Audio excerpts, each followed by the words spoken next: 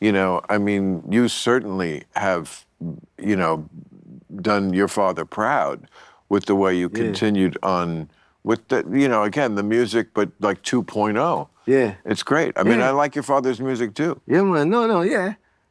You know, It lends itself really good to like putting it to a, you know, kind of a, not a electro beat, but, you know, I mean, them can work. They do it all. You can go in can work with it. You can fit into anything. Yeah, no, you really can. You know, and the stuff is so great, and the message is always very positive and upbeat. I've never known a unhappy Jamaican. Maybe they're not happy when they're away from me. I don't know. I'm going to take credit. Maybe it's me when I'm around them. I don't think so. I think that I don't know where does that come from. Where does that come from? That like that's true. That innate happiness that everybody's trying to get. No, we're natural tendencies happiness. But why? Why is it? You think it has something to do with the religion? No, I think it's just how we grew up within Jamaica. That what brings you happiness? You know, I say it wasn't material thing. It wasn't the thing for money. It was going to the mango tree, picking the mango. You know, playing stone war with your friends. It was the simple things that make you happy, and that's joyfulness. The mango tree. The mango tree or whatever, and just playing on the streets, and you know, you never know anything better. I love having a mango in my mouth. Yeah. Wait, that came out wrong.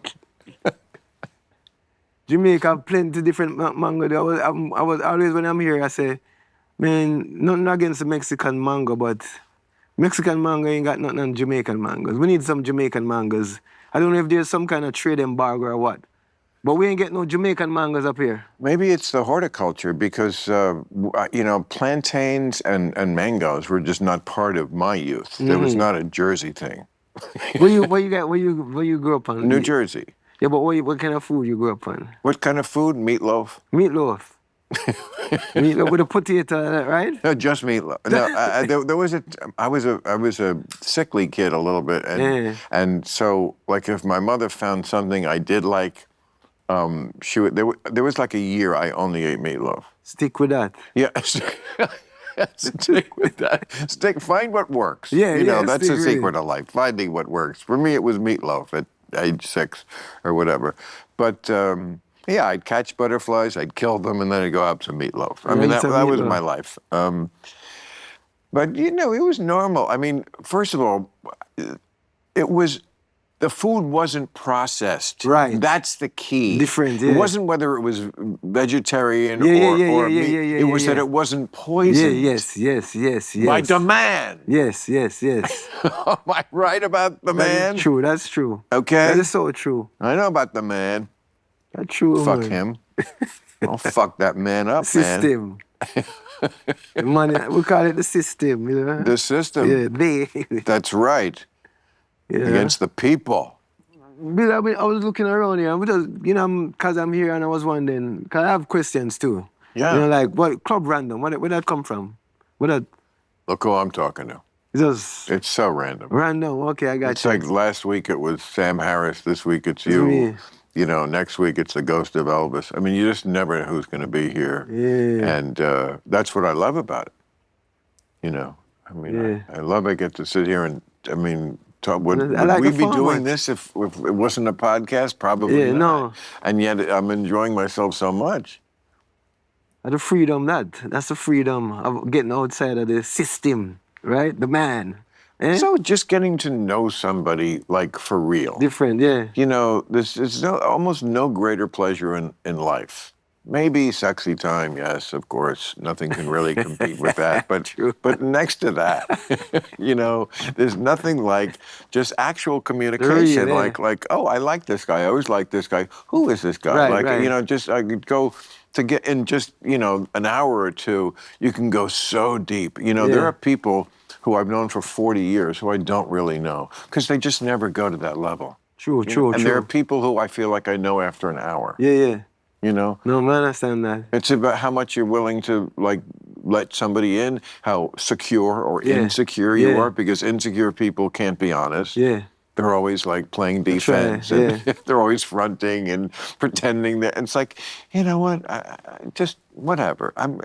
You're not fooling me anyway, and so it's just boring. Yeah. But like somebody like you who's real, you know, it's always. So I try to have people here who are only real. Yeah.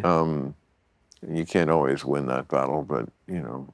That's true, but for me, like I was always a shy person still. So I feel like some people sometimes mistake that, and think I'm like standoffish or whatever. But I've always been shy. But I'm coming out of that a little bit now, I think. Like even talking to you here is a little bit of me coming out because we're just talking. This is not an interview. We're just talking. Correct about So, that. you know what I'm saying? No one could ever accuse this of being overproduced. No, so... Or produced in any way. And that's the way I like it. Yeah. But like, see, a lot of people would say when you go, I'm shy, because I was the same way, painfully shy as a kid, especially in an adolescent. Just when you really need not to be shy to talk to girls, you are. Yeah. It was horrible. But they hear you say that and go, what are you talking about, you guys? You get it on stage in front of thousands of people. How can you be shy? And they don't realize that it's a whole different thing. You can be shy in front of 2 people and not shy in front of 10,000. Because it's an audience. It's not a person. Right. It's a different experience. That. Not that we don't love them individually, but they're not an individual in that thing. And they're not also in control. Right. And they're not talking back. Right. Well, sometimes they are. But no. But in general, it's a different relation. It's just a different kind of relationship. It is. I'm doing something for you, and you want me to do it for you. So we have this wonderful sort of symbiotic relationship. You want me to do the thing I do well, and I want to do it for you, to give you that gift. Because I remember I did something for my kids' school. One of them have like a fundraising thing, and they asked to perform. So I carry my kids to school or whatever, and I did a show, and this teacher was like, she couldn't believe it's the same person. Because when I carry my kids to school, I'm like... But when I'm on stage, it's a different thing. It's a different energy, So it's true, but yeah.